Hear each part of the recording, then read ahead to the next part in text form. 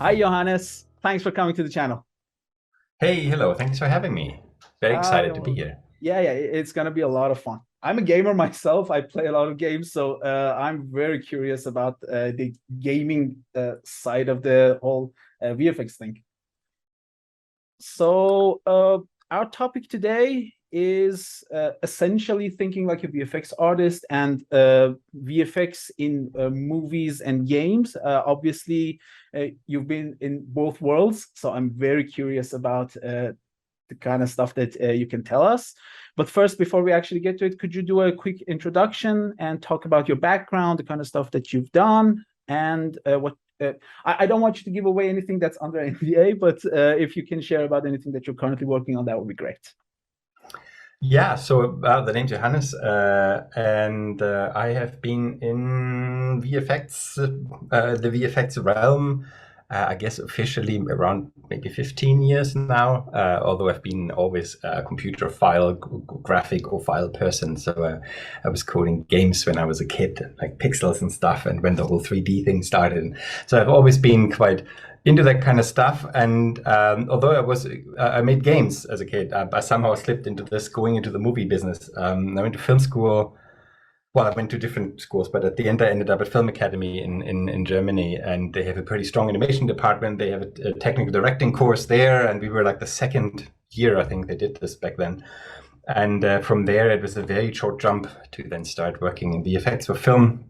I started at Framestore actually, and then jumped around a bit. I was at Animalogic for a stunt, and then I worked for the mill for a while doing commercials, and then a little bit on the game cinematic side, which never really crystallized into something solid. And then back to Framestore and worked in the movies for quite a while, and only changed into games. Well, only changed into games about 3.5 years ago, and now I am head of VFX at Remedy here in Helsinki, and working on games. So I helped to ship Control, worked on a DLC for Control, and now I'm leading the VFX team on Alan Wake 2, which we Very are looking all forward to that expecting one. sometime next year. Yeah, Yeah, I'm looking forward to that one. Alan Wake is a great game, and the second one, I'm sure it's going to be a lot of fun. that's going to be very exciting. Yeah. Awesome. So, I guess you already told us how you got into the world of VFX, but specifically talking about Houdini, our Lord and Savior, how did you end up working with Houdini? Yeah. I start one step before that. Technically I'm a Maya guy, right? I mean Maya 3. That's like Mhm. 2001 or 2 or something. It was the Oh, first thing I wow. ever touched, and then I did like I don't know stuff in it. Whatever you do there. Back then, no more tutorials were a thing. And always people had those CDs where those videos were on. We were Oh, like yeah. super excited to watch them and make like I don't know little animations. But actually, at film school, I bumped into Houdini. That was Houdini 8 back then. Mhm. So before the revamp of the UI and like sort of Vops and stuff Oh, yeah. happened. It was sort of the last one that looked kind of old school. I started using it, and because one of the things I did at university was a computer science and media degree, so I do a lot of coding and math and stuff, and somehow that really resonated, and quite quickly I specialized in the whole effects track. Back then at film school, we always had this teams for the different short films that are being produced there, and there always was a need for TDs that do like effect stuff, Mhm. and I did that. Quite early on, and I just sort of never really looked back. Although I have to say, maybe I'm I don't know, not a traitor in that sense, but I don't even think Maya is a terrible tool, right? But I feel for many things, sort of the procedural way of thinking just sort of that just makes me tick in the right Yeah. at the right speed or something. And I really embrace this, and I feel almost I'm an evangelist these days, Mhm. trying to make people understand what proceduralism is and what it isn't just. Because Mhm. everyone Yeah. always thinks of like, oh yeah, we can scatter stuff and we can make 7,000 different versions of the same chair in But different there's so heights. much more. Yeah, exactly, Yeah. exactly. But maybe I'm jumping ahead again. But sort of, I've been that ever since. And actually, due to work, even Framestore at the beginning didn't have.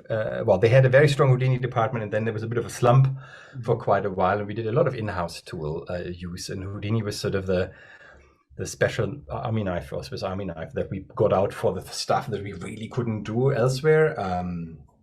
And or with our in-house proprietary software that we had back then. But then, I mean, there was this sort of, I don't know, at some point it all unleashed, and now today it's sort of everywhere. Everyone's using it, fully integrated in their pipelines, and I mean that is the weapon of choice today at all times. Yeah, a lot of people in games. Yeah, exactly. And I'm quite excited about hearing about Houdini in games. I also come from Maya when it comes to the 3D side of things, so I totally understand what you're saying. Maya is a great software. I'm not really like comfortable with it right now because I think the last time I used it was like last year. I haven't touched it, but it is a great tool for certain types of situations. But then we get into the procedural side of things, which is quite exciting. Now, as you mentioned, you come from a background of coding and programming. So that side was definitely easy for you when you were transitioning. I don't come from a traditional like programming side of the industry. I come from architecture. So I was just doing 3D stuff. Yeah. And that was difficult for me, learning programming. I guess my question right now is, was there a difficult part for you since the programming was probably kind of like the easier side? You mean overall for VFX or just overall Houdini in specific? Well, Houdini is specific and kind of like in general. Well, when you first start, you actually not really, there is no coding involved, right? I mean, the first 3D software I ever used was Reflections on an Amiga, which is like about I don't know, a million years ago or something. And in Union, push a button, you get a box, and then you click on a thing and you extrude it. Same as in Maya. And actually, what I like Maya for these days is it sort of feels so it's just immediate, right? It's right there, and you touch it and you move it around. And I don't know why, but up to today, the Houdini viewport somehow doesn't give me the same feeling of safety. I can touch things and move them around, and they do exactly what I want. But that's a sidetrack. Coding wise, I mean, after a while, you go like, oh damn, I've clicked this button so many times. Can I sort of, streamline that a bit? And you start doing it was Mel in the beginning, which I really didn't enjoy. But Mel somehow, was right at that time, I think they did the switch when Python became a thing in Maya, and then from there, very very quickly, I don't know if it's the German nature, but I had to sort of make my workflows a bit more efficient. So I wrote little pipeline tools to make myself custom buttons and to I don't know, streamline my processes and make it a bit easier. And especially then, when I moved back into film, I used it a lot when we worked on Gravity. We had a sort of the destruction pipeline for Gravity was Maya based. The simulation was done in a proprietary solver inside Maya though, and it was all like skinning geometry and building proxies and all that kind of stuff. And it was like a ginormous Mel blob, and I latched on some secondary animation tooling, and that was lots of Python. And of course, my coding background in the end really came handy there. It really helped me to sort of multiply what I could do. I could have a really wide bandwidth because I could churn through things really quickly because the tooling would hold up to that. So I generally recommend it. Today, I guess it's Vex. That's what I do the most. I do a bit of Python viewer state stuff, but you don't want to show that code to anyone. It's really messy because it sort of grows organically. You just wedge in some more stuff every time, and it's like, oh, I hope I never have to do anything with it again later on. But Vex is now, and I wouldn't call it even programming. I think Vex is this wonderful, even the way how it is structured. Actually, I haven't checked if it's the same in 95, but the odd thing is that there was Vex, then there was Vops, and now Vex is actually a Vops node. Yeah. Sort of underneath, like the snippet is sort of, it's like when you jump inside, itself. And now it's sort of a very easy segue because you start with a bunch of lines. You have a little drop-down thingy that gives you like an example code for some common use cases, and a lot of people have gotten into liking it for, you just don't have to drop down 17 different nodes to just do a thing. And I think there was a cross-pollination, the code that people used a lot after a while. Well, suddenly we have a decent noise node that we didn't have before, because that was the one reason to use Vops for a long time. Yeah, definitely. So it's always somewhere in there, and overall we might get back to that. Everything moves into a more technical direction these days. We want more fancy tooling, more sort of unique effects, more unique control in art direction, and all the things we're doing there. And part of that is being familiar with Vex, I guess. And I think Side Effects has been doing a good job, sort of at least making it accessible. There's always the hurdle to get there, but I think a lot of people are daring to try these days because it's so prevalent everywhere.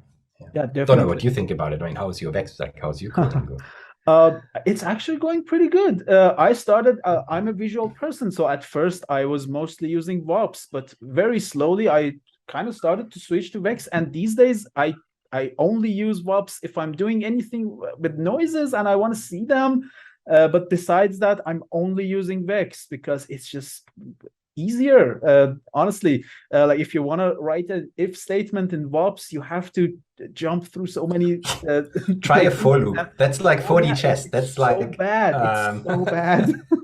I mean, it's how do you express a loop in a graph, right? So it is what it is. But that's usually when people go, no, I think it's okay if I write the text somewhere myself. Yeah, definitely. Like the first time I wanted to use a for loop with Vops, and I was familiar with looping in the Vex, so I knew the syntax, and I think I spent like 10 minutes trying to figure out how I'm supposed to wire this for the for loop to function. And at the end, I was like, yeah, it's not worth it. I can do this in like 10 seconds in Vex. I'm just going to go back.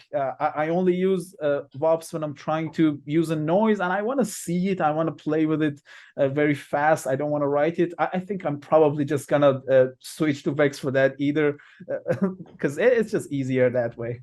Or just the attribute noise node these days. Yeah, attribute that's covering most of the... I'm not even fully perfect. familiar with it. And you're like...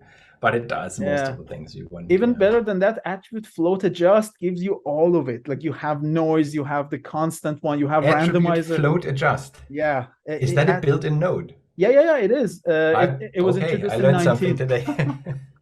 There are actually, I think, 4 nodes now. So attribute, float adjust, color adjust, integer adjust, and I think I'm missing one, but I'm not sure. But the float, vector adjust, I think. Maybe it comes with float as well. Maybe the float and vector are the same, and you can pick. I totally got to check that out. I mean, they added so much stuff, especially with labs these days. Labs is perfect. Yeah, labs is awesome. It always used to be there are a million ways to do the same thing, but it's literally they added a couple of digits to that. Yeah, it's like, oh my god! Like, and I remember actually our the Houdini battle we did. Oh yeah, I felt so old school. I felt so unbelievably old school using point replicate, and I could hear I had the guys in my ear, and they're like, oh my god, he's dropping down a replicate node. I haven't seen that in ages. I'm like, oh, okay. It's point replicate is a great node. I mean, it is. It's a good node. But it's funny to see the different styles.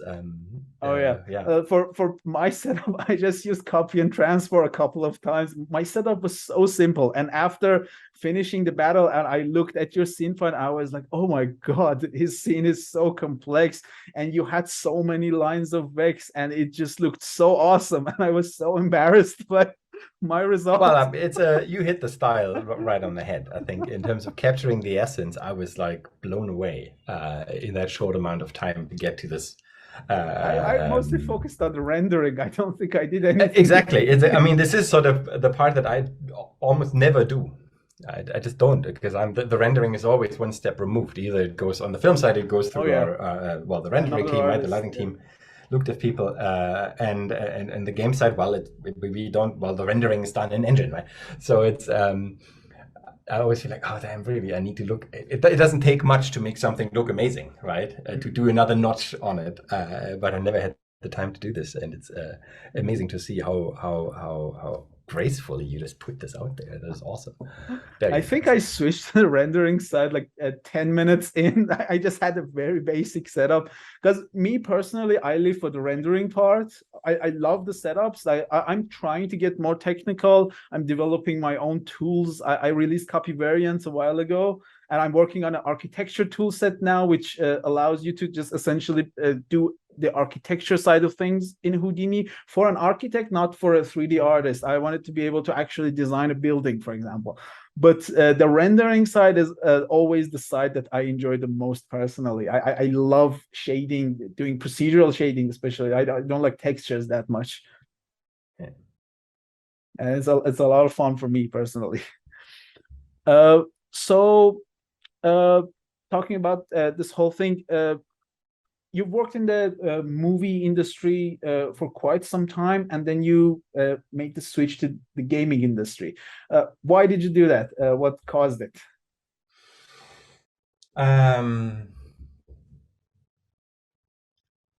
Yeah, I mean, I've done film for about 10 years, and mostly at Frames, a bit at Animalogic, and I did count the other day, it's like 18 film projects or something I was involved with, from gems like the Poltergeist remake to I don't know, Guardians of the Galaxy 2 or Infinity Wars and things like that.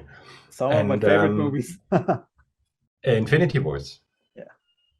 And and it was a fantastic time, and I really thoroughly enjoyed it all. But after a while, it gets repetitive a bit, right, in the things you do. But I could have probably done the job for longer. But there was another aspect to it. I lived in central London, and we were a bit like getting a bit tired of like living in central London, and there's Brexit is somewhere in the equation as well, and it's a bit like the rat race that some people call it, this whole like you commute in and you work there long hours and you go back, and like at some point you get a bit incompatible with it. Most people move out of the city at some point, right? Yeah. And for me it was okay, what would my next job be? Right? And as I was talking to some people about jobs in the film industry, again, similar stuff, doing very similar work, and then there was, by chance, this opportunity that I could go to Remedy and work here. And I thought, well, maybe it's good to think about not the job I'm doing now, but maybe the next job after, right? So if I go to film again and I go like, well, but at some point I want to do games, I might as well just not go to film and go to games straight away, right? So it was a bit of that thinking, and also the new and the interesting and exciting, and it involved moving to Finland. And in the beginning, as well, what do you know about Finland when you haven't been there, right? So we were quite skeptical, but we came here and we were quite convinced. The place was very nice. The people are exceptionally nice. Remedy is a great place. We got introduced to, and it sort of just felt like the right thing to do. And really, I haven't regretted gone that step, because it opened up for me a whole different realm of problems to solve, things to learn, people to meet, and sort of having something entirely different to sort of sink my creative, but also my technical mind into. And I sometimes am a bit nostalgic when I sit, in a movie or something, and I see the credits come up, and I recognize the names of my friends that are still working in film, and I feel like, and sometimes I feel I want to do that again one day. Like, maybe I do, right? It does. I don't think there's a big convergence going on anyway in terms of tool chains and sort of skill sets, and the demand is, I don't think it will ever go down again. Or, I don't know. Definitely.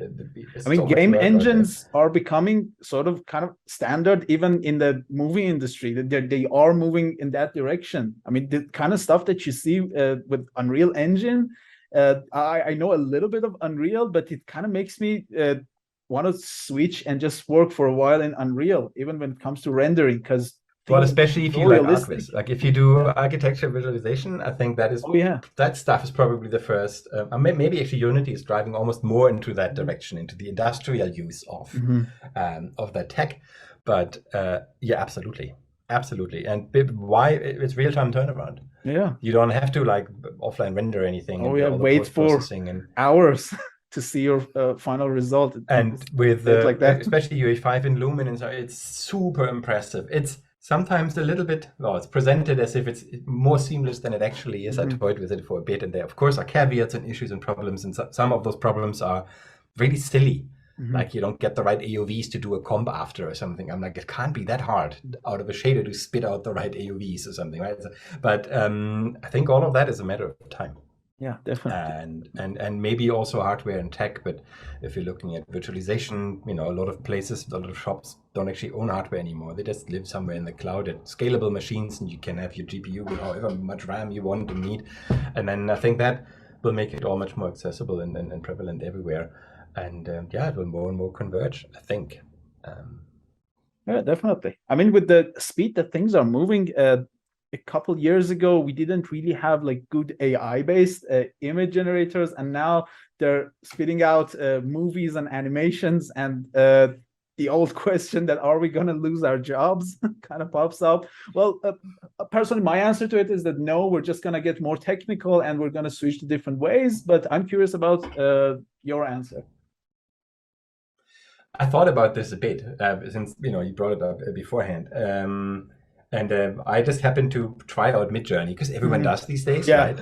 And we were actually completely random, but we had a D&D session, and usually I do little scribbles and drawings of the settings that we're playing in. And this time I was like, okay, I just entered some stuff in Midjourney and got some pictures out of that, and it is crazy impressive what comes out of that. And but it's not final image, and it's not animated, and it's of course not replacing the movie business straight away. But if it comes to certain aspects of our pipeline, paint and roto, for example, I see sort of a narrow enough task that I feel can probably automate it in for the greater part.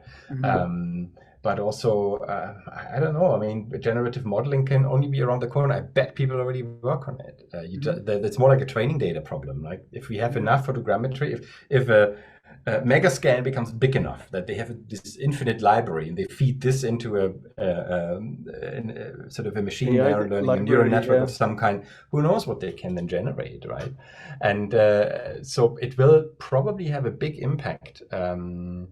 This whole what's it called, neural field stuff at the moment for photogrammetry, there's lots of movement in there, and but I guess it's needed because there is an explosion of things that people are supposed to do, but not an explosion of people who can do it, right? So there's more work for less people at all times. Every year it seems like to double, or every 5 years it doubles or something. I don't know what the numbers are, but if I just hear there's almost the recruiting pressure. That's what we can feel on LinkedIn, right? You feel like how desperate everyone is finding people. It's absolutely mad. And I think that's basically what AI will probably buy us, that we can still do the volume that is required with the same amount of people, but I don't think it would mean we're all going to lose our jobs. I don't really see that happening. Maybe it will be actually more fun. But that you probably. Then, I don't know, in some VR thing with your hands shape the shape of the explosion, and you just put it there, and then you can sort of much more organic form those things. And compared to some of the prevalent issues that I have a lot at the moment is like, how do I get an FBX to write out correctly to disk? Right. So it's a different. Actually, it's a land I would like to work in, where I can sort of do the art or something a bit more expressive. But I'm not worried about our jobs, really, I have to say. Yeah, that's a good attitude, I think. Like personally, as an indie artist, I'm always limited by my drawing skills because I can't really draw that well. And I'm working on a setup and I need my own references. So being able to describe my reference and get something out of it, that half the time is actually pretty decent, at least as a starting point, is a very big help for me. Like a while ago, we were working on this. Yeah, sorry, go ahead. So I'm just sorry to interrupt. I had to think. I think I have a couple of free images left in Midjourney. I need to enter 80 snow globe. Oh yeah, to find out what it actually is. That's it. That's a good idea. I'm gonna do that. I'm gonna do that tonight. That's pretty cool. Let's see what we're gonna come up with. We can take it for a spin. Yeah. That's pretty cool. Actually, in like the recent Houdini battle, we talked about it because I'm helping Deborah with the battles. So we told the players that, hey, if you want to use Midjourney for your references, feel free to do so. And one of them actually used the Carlos Dordelli, and he actually won the battle. It was pretty cool. Like he put the reference there, and he just used it for generating his image. It was pretty cool. I'm kind of looking forward. I'm impressed by this. The machine, the ghost in the machine that you can feel there, because all the Midjourney images are incredible when you look at them and they're tiny in the, I'm using the Discord Yeah. thing, so you see them in there. But when you get closer and you see how everything falls apart, and Yeah, I feel that's it's like this it's so painterly. It's like it sort of gives your brain enough hints to recognize what it's Mhm. supposed to be, but if you're closer, it completely When you doesn't do zoom that. in, you see the veins in it, because it's always too veiny, and yeah, that kind of ruins it sometimes. It can be a style, but you kind of start to see the same image over and over again, and that kind of becomes a problem. I don't know if you've used Dolly, but that's the No. other one that rolled out a while ago, and that's also kind of incredible. It's super realistic. It's a little limited compared to Midjourney in terms of the kind of stuff that you can get out of it. I'm gonna use both of them. I think I have a couple of images left in Dolly, but I have a account with Midjourney, so I can just use whatever I want. So I'm gonna I'm all excited to see that. It's like the I really wondered snow globe. what could it I'm could gonna have do been, that. right? I'm gonna do that. It's gonna be fun. So the AI stuff looked pretty cool to me. Since we're on it, I can't wait. Let me put in that thing. So what was it? 80s? 80s snow globe. 80s snow globe. And let's just get a square version, and I'm just gonna use a seed value to kind of randomize it. Okay, we can chat, and let's just wait for it to convert here. It's gonna be pretty cool, I think. Nice. I'm gonna put it on the video in the when I'm editing it, because I think it's gonna be cool. All right, so I guess since you were already doing some coding, and you always liked gaming, and you mentioned that you worked on that you made games when you were a kid. Probably it wasn't too difficult to adapt to the gaming industry, but generally speaking, since you were from the movie side of things, how hard was it?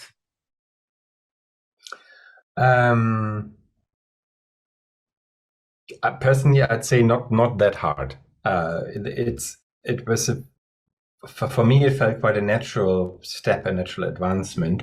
So if you imagine, I came from Framestore, working on Marvel movies. There's a very clear hierarchy, very clear processes. I mean, VFX film is running at a 2% margin. Everything is sort of cut very tight, so it's really clear how everything works, and your amount of agency you have, which I never found limiting, but is limited to being creative within the confines of like, there's the shot, the stuff happens, and then there are a million ways how to still do what happens there, but the agency you have is really limited to that. And now actually starting at Remedy, which is an independent games company, 25 years old, but still privately owned, or not privately owned, it's sort of, it's listed on the NASDAQ, but it's sort of owned, but most of it by the people that are still in the building, basically, and is sort of independent. It's not EA, or it's not owned by Sony, or not owned by Epic, or by Tencent, or by someone, one of the really big ones. And suddenly you have a lot of agency, because it's all very natural. All the people are right there. It's always, or in most cases, in-house IP. So you often find yourself in a situation where you feel like, wait, I'm just going to make this up now, and then it's there, right? Which usually doesn't happen on the Marvel film side, right? Sometimes, if you're lucky, then you get those tasks. But that was very liberating. I found that the pipeline, or most of the stuff we are making, was very, very, very similar. And I know the games people never like me say that, but I feel it's very much the same. The problems that we need to solve creatively are incredibly relatable, especially when it comes to visual development. When it comes to game design, that's an experience design. That's a different beast. And what I found over the time, I had to adjust a bit my understanding of what quality is, because quality now is purely in the eye of the player. Whereas in film, it's deterministic. It's like, well, we know exactly how many pixels will be in screen where, and oftentimes we find ourselves taking every single pixel out of the wall, and we take it, we polish it, and we put it back, and we do this like long enough until all the pixels are polished to the extent we want to, and then that is the film. And in games, it's like you can polish something for really long, and then the player doesn't even look at it, because they like ran off and collected a mushroom or something. Oh, yeah. Whatever that might be. And so sometimes something is of high quality when it feels good, right? And not necessarily when it looks great, because looking great and feeling good don't necessarily they don't necessarily mean the same thing, although they kind of should. But this is still something I'm trying to almost to crack, because there is also nobody who can tell you, oh yeah, you just got to do add a shake to the camera or add a blur to something, or no one actually can give you the ingredients to this successful game feel, as it's often called. There's books written about it, and people are, debating this a lot. But sort of there's I'm actually a bit on my personal journey trying to figure out what are those ingredients, because in the end, I'm now heading the department, and I'm really keen on being able to train people up, right? But if you can't give them the direction of what is actually what they're supposed to do, then it's usually just try it out until it fits, and that's not necessarily a very good way to go about it. But overall, using Houdini, very similar with the things we do there. Of course, the output is a different resolution, right? We had 200 gigs of frame fluid sims. Now it's not that, right? Now we're looking at. It shouldn't be that much. Sure. That's the film side, right? Yeah. So we just do that for some massive. I don't know what that was, King Arthur or something, the big ocean at the end, and that kind of stuff. And we're in games, of course, you don't have that, but it's still similar. The industries have a different age. I jokingly always say I never thought I would leave the film business and then sort of look back at it and say, oh my God, what a well-oiled machine, right? And you come into games, and of course everything is a bit more ad hoc because the complexity is much higher. You now have game designers that need to sort of design enemies. You have an extra layer on top of it. Interactivity, because it is about the player's experience, and that's still a lot newer, maybe 10, 15 years younger. I mean, movie business is like 100 years old, 120, 40 years old or something. And games, or digital games, computer games, I don't know, 25, 30 maybe. And we are really rushing into the tech that is available now. The fidelity is exploding. Yeah.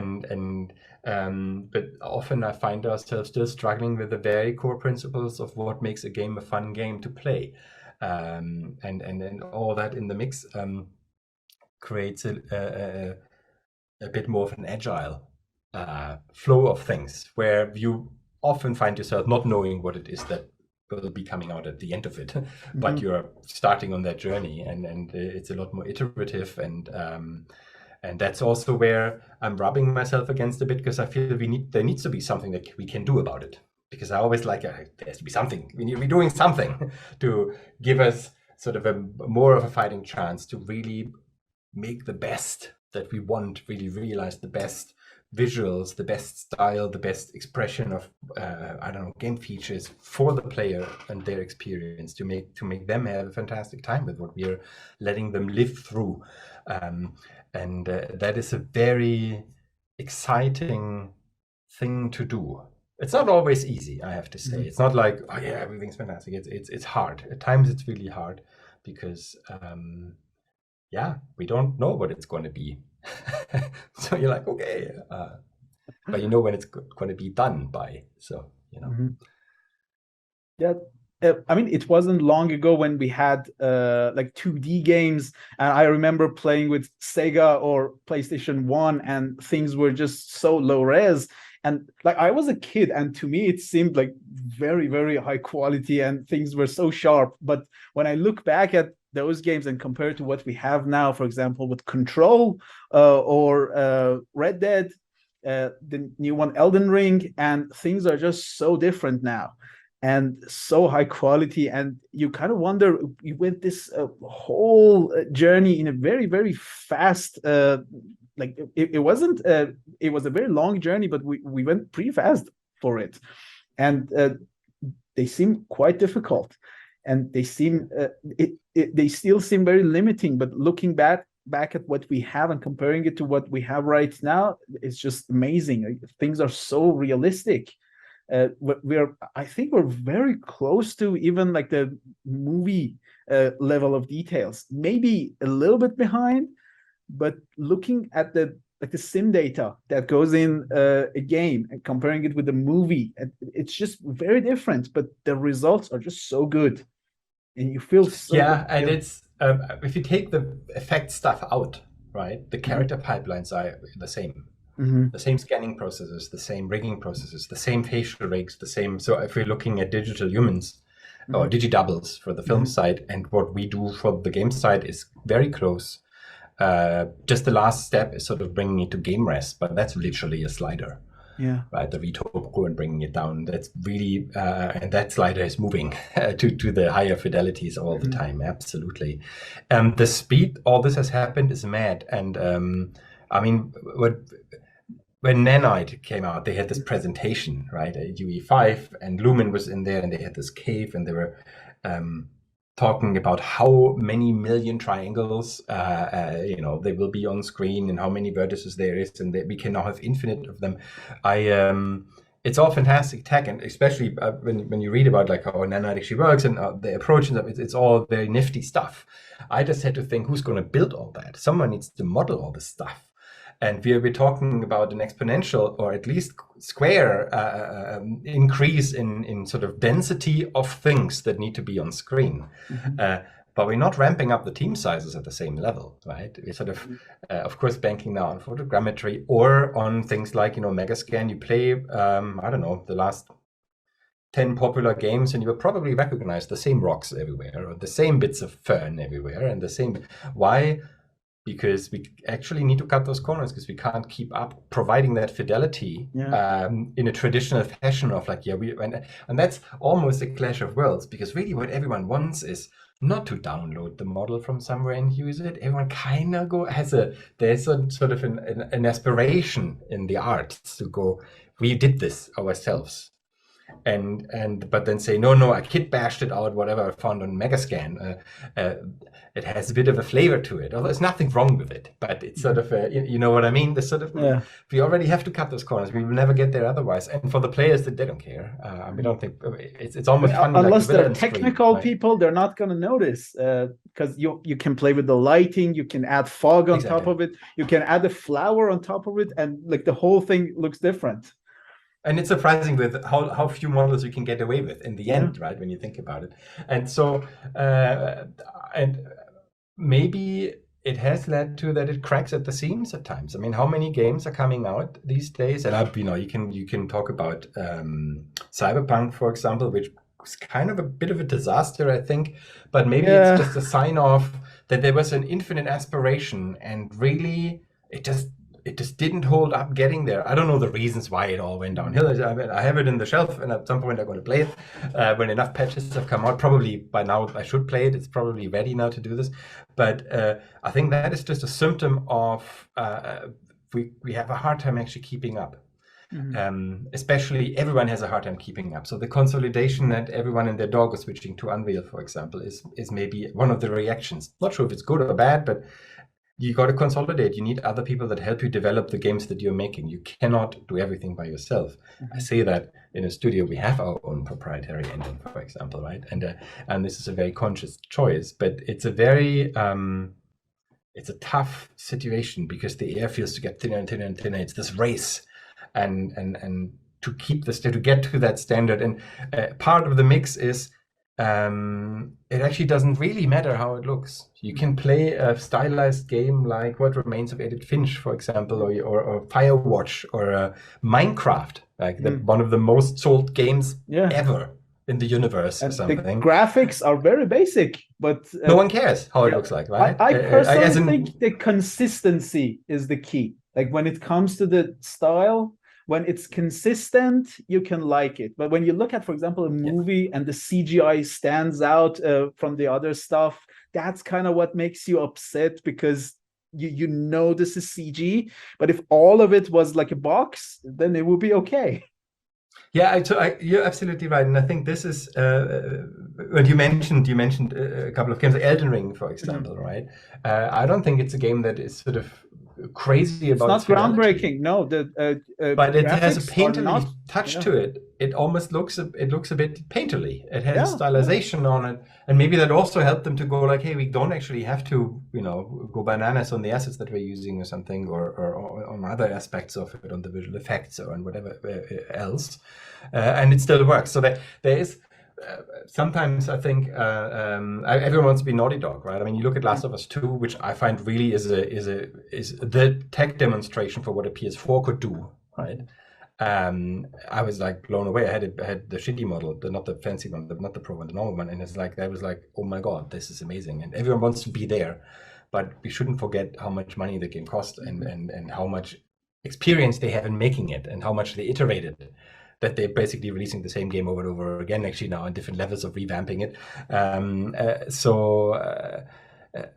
But you can also have an incredibly pretty game that doesn't work, that's just boring, right? So it's pretty, but meh, right? So there is this whole aspect that you're designing an experience and it's not just about the visual. And we could maybe help ourselves, I feel, with my limited 3.5 working in the game years of game development experience. I feel we could help ourselves when we would focus on the experience more sometimes, and let the players sort of be okay, leave room for the mind, right? Sort of.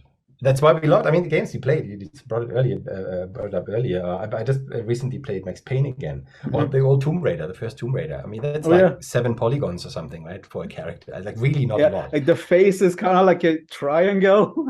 That's pretty much it. So immersive, right? Yeah. You were still there in that tomb, and you were killing the mummy or whatever that was in there, and it still brought you to the place. And if you think back of it, you actually think of it as if it was real, right? And maybe that's almost like the uncanny valley. The more real the games get, the harder it is to be satisfying, because the more you go like, wait, that looks not enough off room to imagine. Yeah.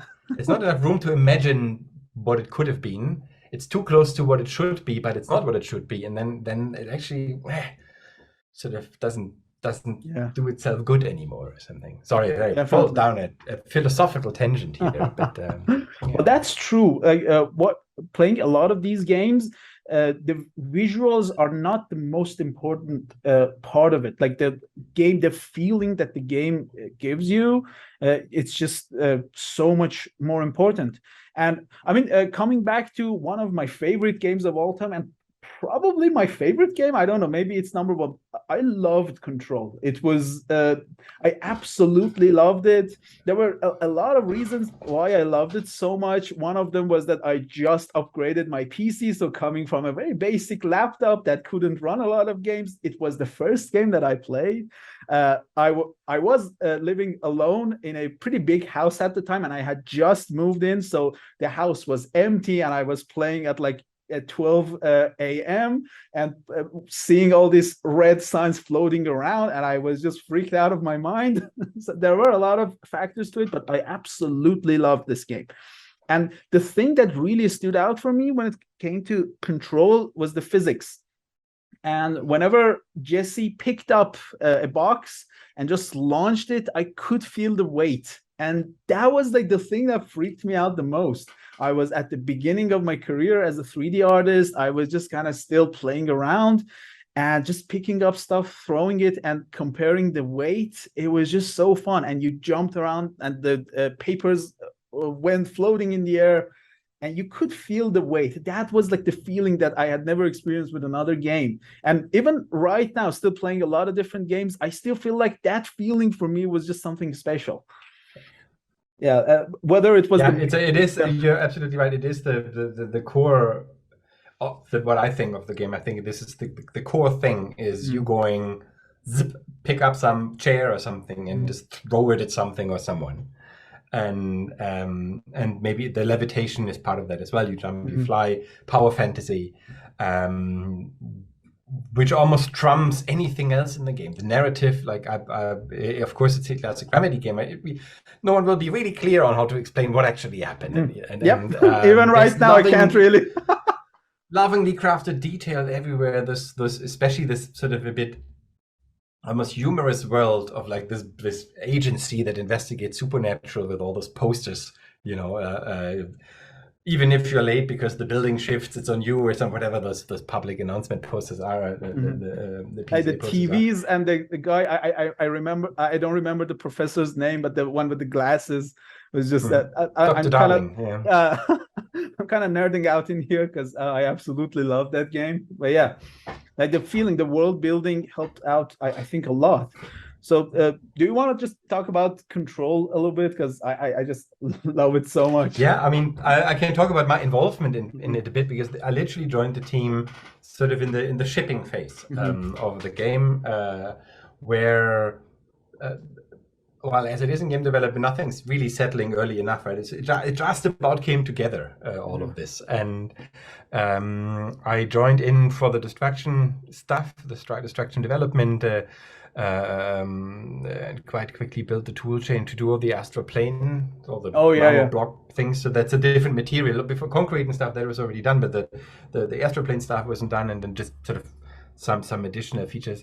And was it procedural? Was the astral plane? Well, yes, well, procedural as in, yeah, you kind of plug a block in and then there's a Houdini graph that does it, and it works 80% of the time, most of the time. And then sometimes you got to go in because some bool just has a hiccup because whatever, something doesn't align properly. And then I did some decals, which is a lot to do with our, I did this GDC talk about it afterwards, because no one else wanted to volunteer to do the talk, but almost without actually really planning it, but we did this gradient of detail thing there. So there was always a decal on the wall, and then like dust particles and small particles and mesh particles and big chunks of physics, and to sort of recreate the granularity of the real world when something breaks. And because I don't think a lot of games back then especially did that. For them, often VFX is a bit underrepresented. It's just like, oh, well, there's a path, there's a reaction, we can read it, that's fine, but the physicality of it isn't often very much worked up because the focus is elsewhere.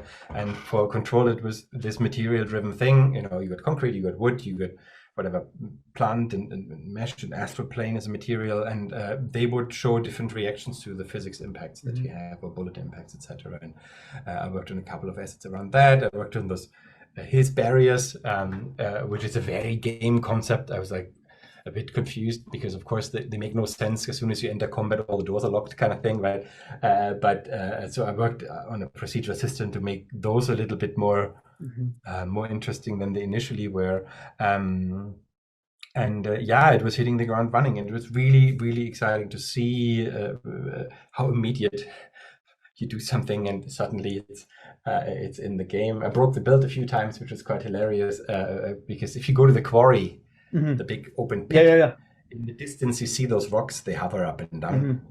They weren't moving before, and I was like, wouldn't it be nice if they would be moving? And I made them move, but I just placed them there, and they worked really well in the quarry, but I placed them somewhere in the wrong layer or something, so they actually were also everywhere else. So suddenly people in the middle of a corridor had this ginormous block blocking the path, and I was like, oh shit, how did that happen? And but I fixed it easily. But sort of, you run into those things, you're like, actually this is a breathing organism, and every time we drop something in, everyone else will receive it. So it's a bit scary at times, and sometimes also you find it quite absurd how quickly you can stop everyone else from working.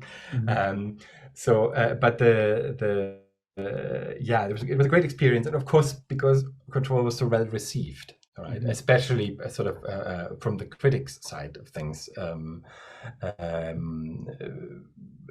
It wasn't like sort of a remarkable financial thing. It was mainly well received artistically, and lots of awards, and lots of the fan base. Everyone really, really loved it, right? And that was really, really cool to be part of, because of course I was a bit I had a how do you call that, an easy, or like I worked on the Marvel stuff, the films I worked on drove past me as a poster on the bus, right? And so you have this sort of funny relationship to, you can tell anyone what you do for a living and they know exactly what you're talking about, right? And that is true for not many people, right? And so that was really nice having that transition. And of course, Remedy as a company has a bit of a name, and the IPs, Max Payne, Alan Wake, people know them in the gamosphere, at least, the game sphere. And it's so White Control, it was great. And well, surprisingly, the team size wasn't big. I mean, in the end, the whole destruction staff, that is maybe 2.5, 3 people doing it. Wow. I mean, the destructions are really, I think the core part of what makes Control what it really is just the visual effects when you just shoot around something, and the destruction is so real. that was like, even right now I feel like most games aren't really that real when it comes to the physics. Like playing Elden Ring, and I absolutely love Elden Ring. I spent so many hours and I ruined so many projects because I was just hooked on the game. But when you roll into a barrel, for example, the effects are not that real. Like you feel like it looks good, but the physics is not really following. But when you shoot something and you can actually see the projectile and you can kind of guess where it's gonna go, which was a big part when you were playing the game. It affected your gameplay. You were kind of planning, okay, I'm gonna launch this one there, and it's gonna start something, and it's gonna kind of explode there, and I'm gonna kind of advance and go in the other side. That's a big important part. Maybe that's also a part of the benefit of having our own engine, right? So we have some incredibly talented people in the engine side implementing the physics, for example, right? Or the gameplay programmers who did the lifting of the things and the just the movement that happens there. And it's I don't even know what the math behind it is, or the how exactly that got tweaked that it feels it has the right amount of lag when you move around, and there's some incredibly talented people I'm very fortunate to work with, and that just all came together at the right time, in the right place, in the right way. I think that we really managed to do something really exciting that people will probably talk about and compare other things against later. Although I'm playing Elden Ring right now, I'm not a Souls player at all, so I'm just kidding. Oh yeah, I wasn't either. It was so difficult for me. It's but I have to say I find the distraction there. It's probably pre-baked. I'm not entirely sure if it's how much dynamic there that is a lot better than sort of maybe in a couple of games from maybe from a couple of years ago, where something breaks and then the things sort of just transparently flicker and disappear, or they just temporarily get enterprised away or something, right? Yeah. And so I think there's I think the broken pieces are now they actually remain. You break something and the bits are there and they just get despawned when you don't look and stuff. So there is a bit of an improvement in those things, and actually definitely. But it depends on the game you're making, right? Open world is usually very big deal different than what Control was. Yeah. When it comes to open world, if you go stand on top of a cliff in Elden Ring, if you look closely, you can see, for example, like the texture tiles, because obviously it's such a huge world, and the Elden Ring world is just so massive. And it's crazy how much detail they still manage to put into the game, despite it being so giant. It's I think one of the biggest games I've ever played. But yeah, it's just really giant. So how many hours have you sunken into it, if you can even publicly say that? I've played a lot. I don't know how much, but it's in 200, I think. 300. What level does it get you? Because I'm like 10 hours in, I'm level 25 or something. And I think 280 or something in the level. All right. Yeah, I'm at my 4th playthrough, I think. All right. Yeah. Okay. 4 or 5, and each time it gets a little bit difficult. So yeah, it's been quite fun. I'm not doing it as much as I was doing it a couple months ago, like maybe an hour a week right now. Like just whenever I'm kind of down and I want to play something, just get my mind off of things. But back when it came out, I spent, I think, 2 weeks just not taking projects, not doing anything, and just playing the game. It was pretty cool back then. People at Houdini School's Discord server kept telling me, "Why are you always playing the game?" I had to disable that thing. Playing. Okay, yeah. No, I never have this on. I don't want to give that away about myself. Yeah, because usually before that it always said playing Houdini Indie, because it detects Houdini as a game. But after that, it just said playing Elden Ring. So now for me it says Deutsch lernen. Because I was learning German. I kind of had to stop for a little bit because just too many stuff happening at the same time, and I have a lot of work to do. But I have to get back on the German stuff.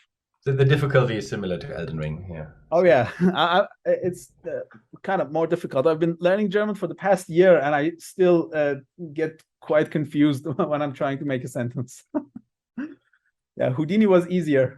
Back when I was learning Houdini, I was like, okay, if I learn Houdini, then there's really nothing else in my life that I can't do. But then I started learning German, and I immediately regretted that. But yeah, I mean, kind of going back, using control as an example, I want to compare the VFX in a movie and a game. So we already talked a little bit about it, but if we want to go a little bit more in depth, what's the process, for example, if you're doing a destruction simulation? I mean, obviously you can bake it and just have a explosion, which maybe have like a couple of iterations depending on the angle, and then just put that in, or you can do I guess something else which I'm not really familiar with. So I want to know how do you approach, let's say, destruction? Let's start with destruction.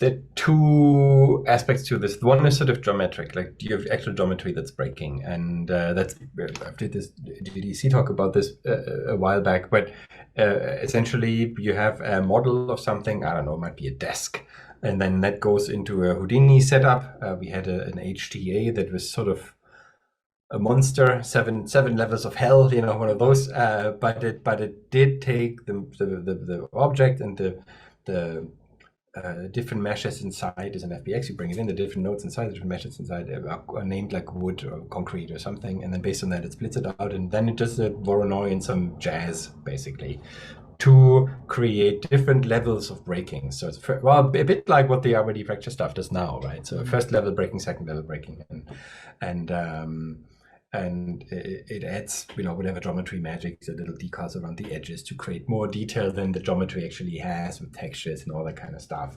And out comes a hierarchy that is, you know, the top node is the unbroken mesh, and then the next layer is the first level of breaking, and the next layer is the next level of breaking, and then it's always the visual, the render mesh, and then a collision object, usually some convex hull of some sort. That you make that's there, and that goes and gets augmented a bit with some metadata stuff, like, hey, so then the physics engine knows, hey, this is concrete and this is heavy, and if you want to go jazzy, which we never really did at that point in time, you could change the center of gravity of things, or like whatever linear damping stuff, and didn't really do that unless there were very specific reasons to do so. And that went into the engine, and the engine would just eat it. It would understand this is the hierarchy, those are things wired up, and then if you shoot a thing in a specific place, it would break, you know, the main object into the sublayer and then the next layer, and it would do the physics. Mm-hmm. And then, and now here's the tricky part, because of course everything moves like you don't know what it's going to do, right? There's no, that is for the dynamic destruction that is literally interactive and systemic. That's what we call the systemic destruction. But what you get is, of course, if there's a bullet impact, you have an event that goes, hey, bullet hit here, that creates a little physics impulse wave that makes the thing break apart. But then at that point, you would go and spawn particles. Mm-hmm. And those particles could be... I'm going to hit something else, maybe.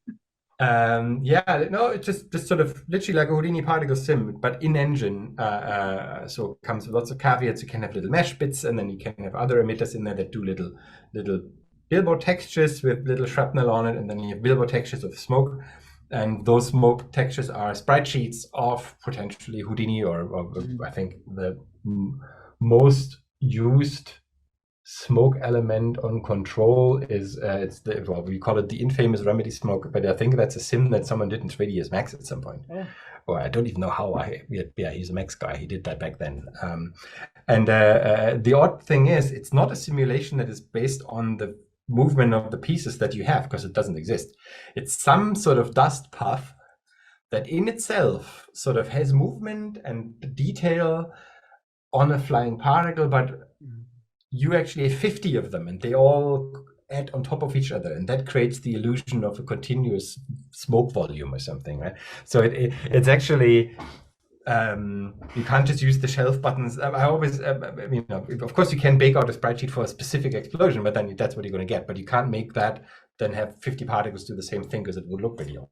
So, but yeah, that's how you go about it. So there's you know, simulations is in there that you make sprite sheets, and you make different particles, sprites for like other details. And then of course at the moment of breakage, depending on what breaks where, you might create a decal, like, which is sort of a projected texture on the surface of the object that shows some kind of damage that is only there basically as a normal map and an albedo map. Doesn't contribute to the silhouette, but if you make that on a flat wall and you have this hole there, it looks almost exactly the same. The only thing you don't have is cast shadows, right? But almost exactly the same as as if something would actually be modeled there. And yeah, that's how you go about this. And so you can't think in specific situations. You have to generalize it a lot. But and maybe that's maybe actually that happened on film as well.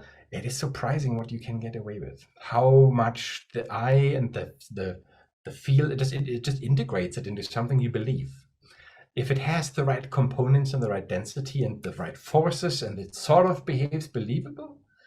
I mean, we've never seen that stuff before, right? So we have a movie understanding of how that kind of stuff looks like. So really it somehow actually comes together, although you would think it's just made out of duct tape, right? Or it's not, it's made out of so silly components. How can that actually form the real thing? But it does. It does actually quite work. And of course, we did this then for the different materials, for wood and for glass and for all those things. And then having an object made out of concrete and wood and stuff, then you have, it just mixes and it sort of becomes a believable mess. With its caveats. So of course, if you look at the desk and you shoot at the desk, everything breaks into tiny little bits that are this big. That's something we're like, everything's made out of cheese. That's what I always say, right? Everything's made out of, it just crumbles like a cookie, and it doesn't have a sort of its own structure in there. And actually, we're trying that now for the next game, where sort of it's not the same as Control, of course, in the Alan Wake universe, but the distraction there, we want to keep more physicality in the objects. So you don't actually shoot a thing and it just breaks in a million pieces and there's nothing left. In Control, you had this whole, well, things just reset because it's the oldest house, right? Shit happens, like random shit happens. So you leave a room, you come back, bam, everything's back. But if you obviously want to tell a story that is more in a more grounded, believable world where you actually need to retain the damage done, you can't just go into a room, have a fight there, and then the room is empty because everything's gone by shrapnel and disappearing, right? So there's a lot of trying to mimic the physicality of the objects that you're destroying a bit more, but of course that also does something, makes other things really complicated because then you have shit that's just in the way, right? You have just bits everywhere, and what does an enemy do when they walk around? What do you do when you walk around? And like piles of stuff blocking the door, and you can't go through anymore. And how do you deal with that? There's sort of other issues, but sidetracked here. But the second aspect of destruction in Control is what we call set pieces, or CIAs. Cinematic in-game animation, I think that's what that means. CIAs is when the player still has control when something happens, and the set piece is often like a cinematic. You have a custom camera. That sort of, it's a bit more like a movie thing. And that is very traditional, where you do Houdini sim, you bake that out into an FBX, and then the trick there is how do you get the particles to happen? Because there is no export Houdini particles to game engine, or it's not equivalent. You can't then, I mean, maybe in some cases you can maybe bake some kind of big sprite texture out of a smoke sim that you render out of Houdini, but they're expensive. If you think, if you have an 8K texture and you want to splice that up, I don't know, you have 64 512 textures or something, and that's 64 frames. That's like 2 seconds of action, right? So how to do a long thing, you probably have to custom glue particles to pieces that fly around that make trails and impacts. And we've actually done quite a bit of work to bridge that gap a bit better. So we now can do Houdini sims that actually trigger our systemic events. You say, hey, this is made out of concrete, and then in Houdini we gather the impacts and the breaking bits and stuff and trailing. And on the game engine side, it just pretends to be a physics sim and mimics. So we actually have the same particles that happen. It integrates it much better. But so that is actually quite different. But this is how we go about it. So it's a bit more massagey because, especially on the volume and particle side, we don't have the straight workflows. And what you see with Unreal Now and Niagara and all that, people are really excited about it. It's opening up a bit more, where you have a bit more power, but you still run into the issues that you can't bake volumes into a game at a feasible resolution, especially things that you can ship. It usually works fine for an Instagram post, but then making a game that actually goes out there, and you run into trouble quite quickly with like VDB and resolution, and you know, how much can you actually afford in RAM and stuff. So yeah, so same but different. I mean, none of that you're like, how could I ever comprehend how this works? It's actually fairly bread and butter, but different, right? I actually sometimes think, well, why didn't we did not use sprites enough back in film. I don't know why. We did volumes out of points for a long time. Like bazillion points to emulate volumes. I'm like, we could have just rendered sprites. Yeah, well, maybe other people did. We didn't. And I find it now, it's like we could have maybe had an easier time, or some things would actually be easier to attain. Yeah. So we talked about the destruction part. I think we got kind of since we had to cut the call. So do you want to continue? Yeah, I mean, destruction-wise, this is it almost. Once again, a lot of bread and butter, and the same problems where. The same problems we had in film. You know, you got to make sure that you brief your modeling department on what it is that you need to do the sim. Otherwise, it's going to get outsourced potentially. It's going to be modeled somewhere, and then 8 months later, after someone has planned something, it comes back, and then you go, nothing has a thickness. This is not a watertight model. And in games, we also often have. It's not even rendering back faces, like, so it's sort of if you cut a hole in it, it's literally see-through, and those issues we have all the time. That's the same issues we have in film, where in the end you happen to often to just remodel the thing yourself to just sort of fill the gaps, and that's sort of a curve there. And performance, of course, is a big deal. So in Control, there is a section where you play some kind of library. They have lots of big sort of walls of drawers that you can pull out. Actually, that's one of the things I do. We had to optimize that because someone built those drawers, and just one piece of furniture. It's like this shelf. You can pull like 20 drawers out. Awesome, functions really nice, and you can go there and you can shoot it, and then the drawers move and all that kind of stuff. And then it did work fantastic for that one asset. And then on the environment side, people thought, this is so cool. Let's put 50 of them in a room. And then let's add a guy who throws a hand grenade. And of course, because they are drawers, they're live rigid bodies, basically. They're there. But really, we can only have 200 active at the same time. The game basically just halts as soon as the grenade goes off. So now if you actually play the game and you get there, you will realize that you can actually only draw some drawers, not all of them. Maybe like 6 out of 30 or something. Oh, that's cool. That's something I had to play with. I'm gonna have to go back. You don't notice because you still have the reaction. Because reaction is much more important. Any reaction is much more important than sort of completeness, right? So reactivity, it's reactivity, then destructiveness, and then sort of complete exactly the real deal, right? And you don't need the real deal. It still feels pretty cool. But that's one of those things you got to think about when film. You're like, well, fine, we render it. If we somehow get the pixels through, if you make it through the farm and you use every bit of RAM that you can find somewhere, and then every CPU you can find, and it's there, it has the pixels, it goes to comp, they're going to do magic, and then it's going to be awesome. And you know. But in the game, it's not always apparent what's going to happen. Also, the way how the pipeline works and how we have to do a lot of asset reuse, right? And we try to do a lot of asset reuse for all reasons, obvious reasons almost. But of course, this can happen. No? You do one thing and it works really well, and you do it 20 times next to each other, and suddenly it doesn't. So the metrics involved in the physics and sort of performance and stability and all that are relevant. And just as an example, when I just had to think of this, we have one substep, right? Our physics sims have a single substep. Oh, that's great. That makes me so happy. You can't do anything fancy with that, you would say. And if you really watch the physics, they aren't particularly fantastic, right? In terms of accuracy from a film brain. But for a player, it falls, bounces on the ground. Yeah, it does. Becomes mind-blowing. There's an intersection. Who cares, right? I mean, there's although I would wish we could do a second substep because it makes such a big difference, especially when you have constraints involved and stuff. But you manage. It works. It blends in the experience. It all blends into this mush out of mayhem, and that is incredibly gratifying to play with. Yeah. Well, I mean, as someone who hates the fact that whenever you add substeps, things get just super slow. And whenever you're trying to get a decent, good results, you at least usually need like 8 or maybe 16 substeps. And on a normal PC, on my end, I'm an indie artist, so I don't have a super fancy computer here. So things will take hours and hours, and then they're wrong. So it makes me so happy when you're working with one substep. It's just yeah. We can't afford more, at least at the moment. Yeah.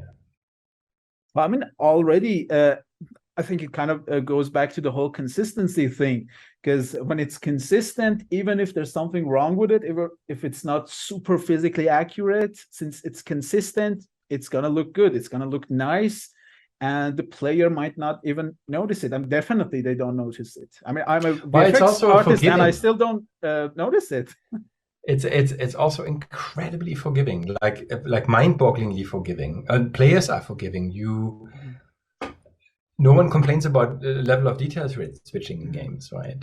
Like in any game, Elden Ring, even every game, you walk around, look at the stuff in the distance, and at some point the trees go plop, right, and they turn into higher res models, and it just mushes out to the experience. We don't mind.